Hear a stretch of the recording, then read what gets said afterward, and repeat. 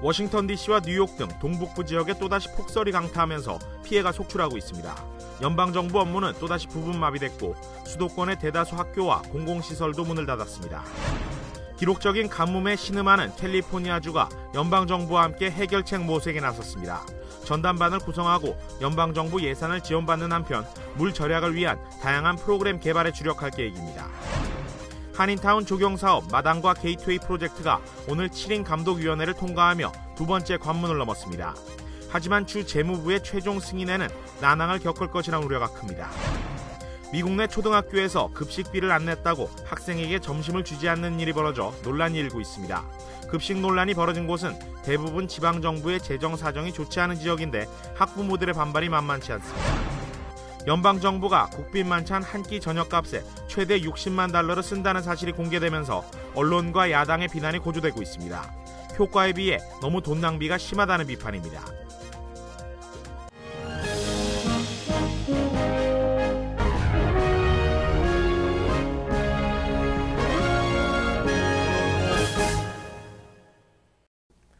여러분 안녕하십니까? 2월 13일 목요일 KBS 아메리카 뉴스입니다.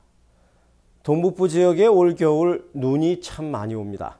수도인 워싱턴 DC와 뉴욕 등 동북부 지역에 또다시 폭설이 강타하면서 피해가 속출하고 있습니다.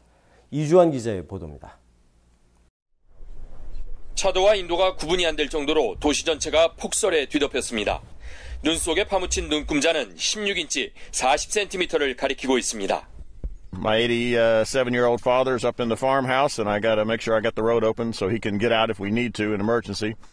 지난밤 사이 미 동북부 지역에 평균 30cm 넘는 폭설이 내리면서 연방정부의 업무가 또다시 마비됐습니다. 올겨울 들어 벌써 세 번째 부분 업무 정지입니다. 수도권의 대다수 학교와 공공시설도 문을 닫았습니다. 밤샘 제설 작업에도 불구하고 보시는 것처럼 도로 곳곳에 많은 눈이 쌓여 있어서 차량 운행에 차질을 빚고 있습니다. 눈폭풍으로 워싱턴 DC 인근의 로널드 레이건 공항과 덜레스 국제공항의 활주로가 일시 폐쇄됐고 전국적으로 5,000편 넘는 항공편의 운항이 취소됐습니다. Horrible. It's Valentine's Day weekend. I came here on a business trip, was leaving to go home and leave this morning for a pleasure trip for Valentine's Day. 사흘 전부터 중남부를 거쳐 동북부까지 강타한 눈폭풍으로 정전도 잇따르면서 수도 워싱턴 DC와 14개 주에서 77만여 명이 불편을 겪고 있습니다.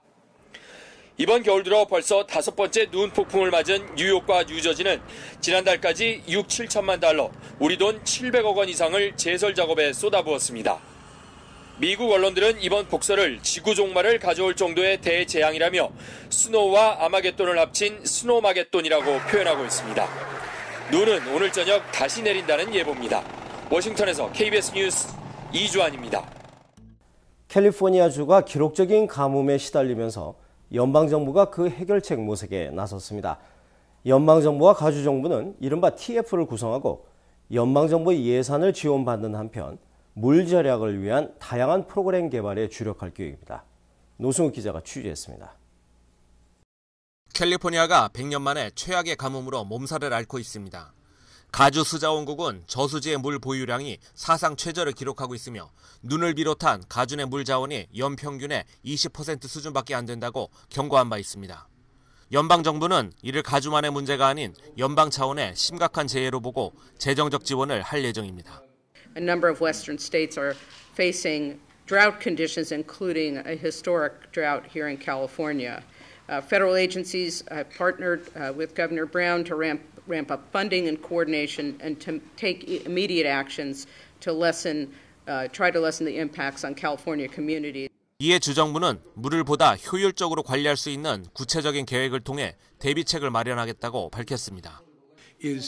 Introduce specific steps, recycling, groundwater management, storage, sharing of the water from one part of the state to the other. We have a lot we can do, but at the end of the day, we have to reduce the negative impact on climate because that will just make our drought efforts for naught over time. 앞으로 시와 주정부 관계자 24명으로 구성된 기후변화 특별 전담반은 가뭄과 홍수, 그리고 산불 등 기후변화로 인한 재난의 대비책을 연방정부 차원에서 모색할 계획입니다. 제시된 대안들은 올해 11월까지 오바마 대통령에게 전달됩니다. KBS 뉴스 노수욱입니다. 지난주 연장 재계약을 통해 다시 살아난 한인타운 조경사업 마당과 게이트웨이 프로젝트가 7인 감독위원회를 통과하면서 두 번째 관문을 오늘 넘었습니다. 이제 주 재무부의 최종 승인만을 남겨놓고 있는데요. 당초 알려진 것과는 달리 승인이 결코 쉽지만은 않아 보입니다. 윤범수 기자가 보도합니다. 마당 게이트웨이 프로젝트가 두 번째 관문을 통과했습니다. 오늘 열린 7인 감독위원회에서 네 번째 안건으로 상정된 마당 게이트웨이 프로젝트는 참석한 6명 위원 전원 찬성으로 새로운 연장 계약안을 승인받았습니다. 두 프로젝트는 당초 시행 완공일자를 넘겨 계약이 만료되면서 무산 위기에 놓여 있었지만 지난주 지역심의위원회 DLA를 통해 새로운 연장 계약이 체결된 바 있습니다. 이날 감독위원회 심의에는 20여 명의 한인들이 참석해 프로젝트에 대한 지지와 성원을 보냈습니다. Active participation and coming to these meetings, and some of those meetings were very, very late meetings, really does show kind of the support and the intent of what these projects and the redevelopment agency were all intending to go towards. 이제 남은 최종 관문은 캘리포니아 재무부입니다. 하지만 상황은 결코 낙관적이지 않습니다. 실제 감독위원회 위원 중 한 명은 프로젝트가 한번 계약 만료됐던 사실을 상기시키며 주 재무부의 승인이 사실상 쉽지 않을 것이라는 점을 강조했습니다. Now, as it stands, it's going to have a tough time at the Department of Finance. So, contacting your state legislator and getting a hold of some of the people up there and helping get some of them to move it, because I think this is going to require some convincing. Because even though it may not have been an oversight, it really doesn't follow the pattern of what DOF might do here. 캘리포니아 주정부는 CRA 재개발국 폐쇄 이후 대부분의 예산을 거둬들였는데 이미 승인된 프로젝트에 대해서는 DLA와 7인 위원회를 거쳐 주 재무부가 예산을 집행하고 있습니다. 오늘 승인을 받은 프로젝트 안건들은 앞으로 45일 안에 재무부의 최종 심사를 받게 됩니다. 이 좋은 프로젝트인데 모든 또 보드 멤버들도 오늘 좋은 프로젝트라고 얘기를 했는데 이렇게 참 힘든 과정을 거쳐야 된다는 것이 안타깝습니다. 이들 두 프로젝트의 존폐 여부가 결정되기까지 앞으로 남은 시간은 45일. 한인 사회의 관심과 참여, 로비가 그 어느 때보다 중요한 상황입니다. KBS 뉴스 윤범수입니다. 급식비 안 냈다고 초등학생한테 점심을 주지 않는다. 요즘 이런 일이 심심찮게 벌어지나 봅니다. 노스다코타주의 얘기입니다. 학부모들은 아이들이 얼마나 마음의 상처를 입었겠냐며 반발하고 있습니다. 박태석 기자의 보도입니다. 미 노스다코타주의 한 초등학교입니다. 최근 일부 학생들이 급식을 먹지 못했습니다. 정확히는 점심이 나오지 않았습니다. 급식비가 밀린 학생들이었습니다. 똑같은 일이 인근 무어헤드와 웨스트파고 지역에서도 벌어졌습니다. I have heard that it has been done previously, but our rules are no, that you do not do that. 급식 업체는 급식비 잔고가 비어있는 학생들에게까지 점심을 줄 수 없다. 학교 측도 동의했다고 밝혔습니다. 해당 학부모는 억장이 무너진다고 했습니다. Probably about a month ago, my daughter called me and said, "Mom, I don't have enough lunch money. I can't eat." You know, they took her tray. I mean, she was 10 cents short. 문제는 또 있었습니다. 잔고가 모자라는 학생에겐 정규 식사 대신 우유하고 빵만 주도록 돼 있는 급식 규정입니다. I saw this yesterday and it tugged at my heart because my daughters have gone through it and it's embarrassing and it shouldn't take place. 앞서 유타주에서도 급식비를 안 낸 학생들에게 오렌지와 우유만 제공해 파문이 일었습니다. 급식 논란이 벌어진 곳은 대부분 지방정부의 재정 사정이 좋지 않은 지역이었습니다. 뉴욕에서 KBS 뉴스 박태서입니다. 프랑스 대통령이 미국을 국빈 방문해서 환대를 받았는데요. 미국 언론과 야당에서 밥값 논란을 제기하고 나섰습니다. 국빈 만찬 한 끼 저녁값에 최소 20만 달러, 많게는 60만 달러 가까이 든다는 사실이 공개되면서 효과에 비해서 너무 돈 낭비가 심하다는 비판입니다. 이강덕 기자가 취재했습니다. 오바마 대통령은 두 번째 임기에 맞는 첫 국빈으로 프랑스 올랑드 대통령을 선택했습니다. 시리아 문제 등 대외관계에서 러시아 등과 대립하는 상황에서 프랑스의 도움이 절실한 상황입니다.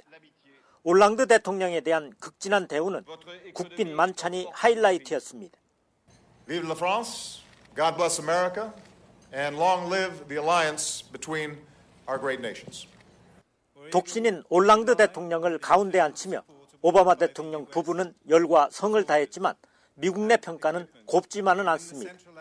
당장 하루 한 끼 밥값에 최소 2억 이상 6억 원 가까이를 쓰는 것은 지나친 낭비라는 언론과 공화당의 비판이 제기됐습니다.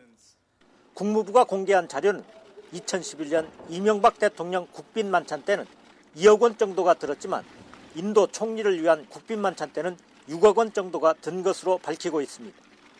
예전에는 미국의 대표 패션으로 자랑거리가 됐던 퍼스트레이디 의상도 1,200만 원짜리는 너무 비싸다며 논란에 휩싸였습니다. 미국의 경제 상황이 안 좋아지면서 정부의 씀씀이에 대한 견제와 감시도 훨씬 심해지고 있습니다. 워싱턴에서 KBS 뉴스 이강덕입니다. 최근 국가안보국 NSA의 무차별적인 도청 논란이 뜨거운데요. 공화당 의원이 대통령에게 책임이 있다면서 오바마 대통령을 고소했습니다. 김영인 기자의 보도입니다. 미국 공화당의 차기 대권주자로 거론되는 랜드폴 상원 의원이 최근 불거진 국가안보국 NSA의 도청 논란의 책임을 물어 오바마 대통령을 정식 고소했습니다. 폴 의원은 기자회견을 열고 보수 성향 유권자 단체인 프리덤웍스와 공동으로 오바마 대통령을 워싱턴 DC 연방 법원에 고소했다고 밝혔습니다. We will ask the question in court whether a single warrant can apply to the records of every American phone user all of the time without limits. 폴 의원은 고소장에서 지난 2006년부터 시작된 NSA의 통화기록 수집 프로그램이 국민 사생활 보호를 규정한 수정헌법 4조를 위반했다고 주장했습니다.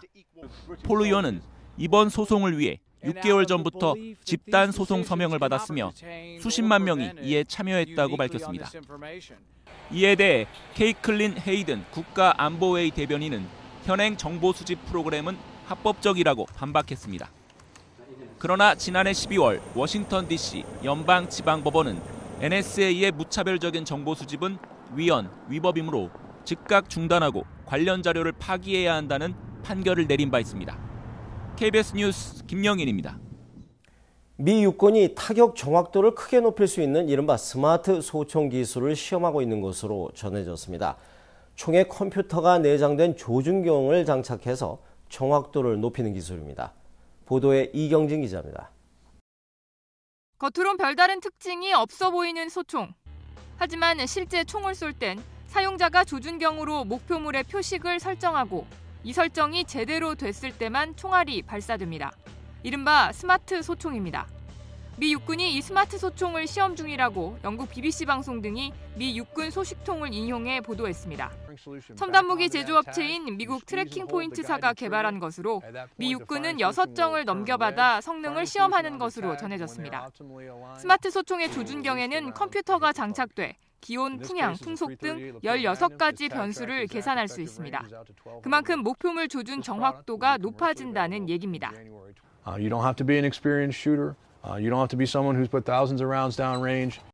총기 제작사는 약 1km 거리에서 일반 소총에 비해 첫발 명중률이 5배 높다고 밝혔습니다. 또 소총에 장착된 소프트웨어를 이용하면 표적을 겨냥하는 장면을 휴대전화 등으로 전송할 수도 있다고 설명했습니다. 미 육군은 스마트 소총을 이용하면 상대적으로 적은 비용으로 사격의 정확도와 훈련 효율성을 높이고 총기 사고도 예방할 수 있을 것으로 기대하고 있습니다. KBS 뉴스 이경진입니다.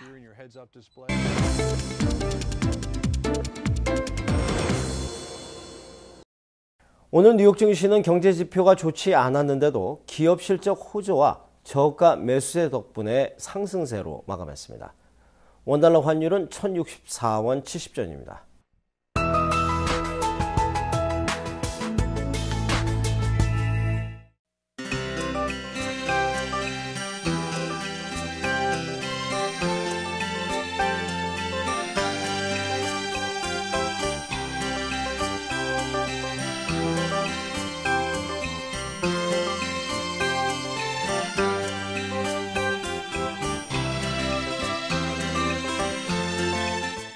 목요일 밤 KBS 아메리카 뉴스를 마칩니다. 좋은 저녁 되시기 바랍니다.